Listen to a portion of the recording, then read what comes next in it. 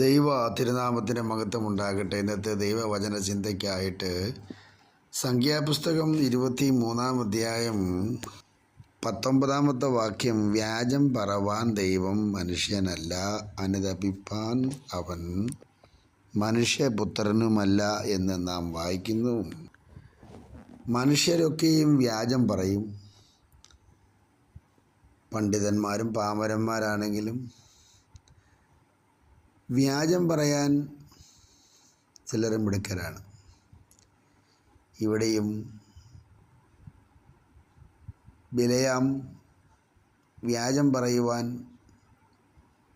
Balak നിർബന്ധിക്കുമ്പോൾ ദൈവത്തിൽ ആശ്രയിക്കാതെ പോകുന്നവനെ ദൈവം കണ്ടിട്ട് ഇസ്രായേൽ ജനത്തെ ശപിക്കുക, ഏതെങ്കിലും നിലയിൽ അവർക്കൊരാപത്ത് വരുന്നത് കാണണം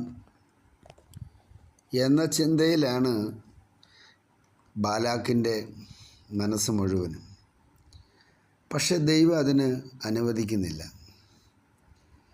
ബിലെയാം പോകുന്ന വഴിയിൽ ഉരിയാട കഴുതയെ കൊണ്ട് വഴി തടഞ്ഞ് സംസാരിപ്പിച്ച ദൈവത്തിന് അവൻ്റെ ജീവിതത്തിൽ ഒരു മാനസാന്തരം നൽകുന്ന ആലോചന കൊടുക്കുന്നുണ്ട്. എന്നാൽ ദൈവസന്നിധിയിൽ ബിലെയാം ദൈവത്തിൻ്റെ ആലോചന പ്രകാരം മുന്നോട്ട് പോയെങ്കിലും അവിടെ ചെന്ന് കഴിഞ്ഞപ്പോൾ തനിക്ക് സംസാരിക്കേണ്ടെന്ന കാര്യങ്ങൾ വായെ തുറന്ന് സംസാരിക്കാൻ തുടങ്ങിയപ്പോൾ ശാപത്തിന് പകരം അനുഗ്രഹമായി മാറും. അത് നിമിത്തം ബാലാക്കിന് അതൊരു വലിയ പ്രയാസമായി മാറും. മനുഷ്യ ജീവിതത്തിൽ നന്മ ചെയ്യുവാൻ ആഗ്രഹിക്കുന്നവർ തിന്മയിലേക്ക് കടത്തിവിടുന്ന ഒരു ദുഷ്ടപ്പോരുകൾ, അതിങ്ങനെ കൂടെ നിൽക്കുകയാണ്. ബാലാക്കിനെ പോലെ നീ പറ എന്ന് പറഞ്ഞുകൊണ്ട് നിൽക്കുന്ന ഈ ശക്തികളെ യേശു ക്രിസ്തുവിൻ്റെ നാമത്തിൽ ഇന്ന് നമുക്ക് അതിനെ ശാസിക്കാനും പുറത്താക്കാനും കഴിയും.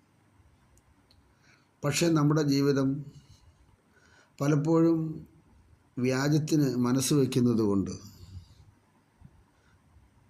നാം ഭോഷ് പറയുന്നത് കൊണ്ട് സാത്താൻ അവിടെയൊക്കെ ജയിക്കുകയാണ്. നമ്മൾ ഏതൊരു ആവശ്യങ്ങൾക്കും മനുഷ്യൻ കള്ളം പറയാറുണ്ട്. എന്നാൽ സത്യസന്ധമായി സംസാരിക്കുന്നവരുമുണ്ട്. പക്ഷേ സത്യസന്ധമായി സംസാരിക്കുമ്പോൾ മനുഷ്യർക്ക് വിശ്വസിക്കാൻ പറ്റാതെ വരും. തന്നെയുമല്ല, അവിടെ കുറ്റക്കാരനായി മാറും.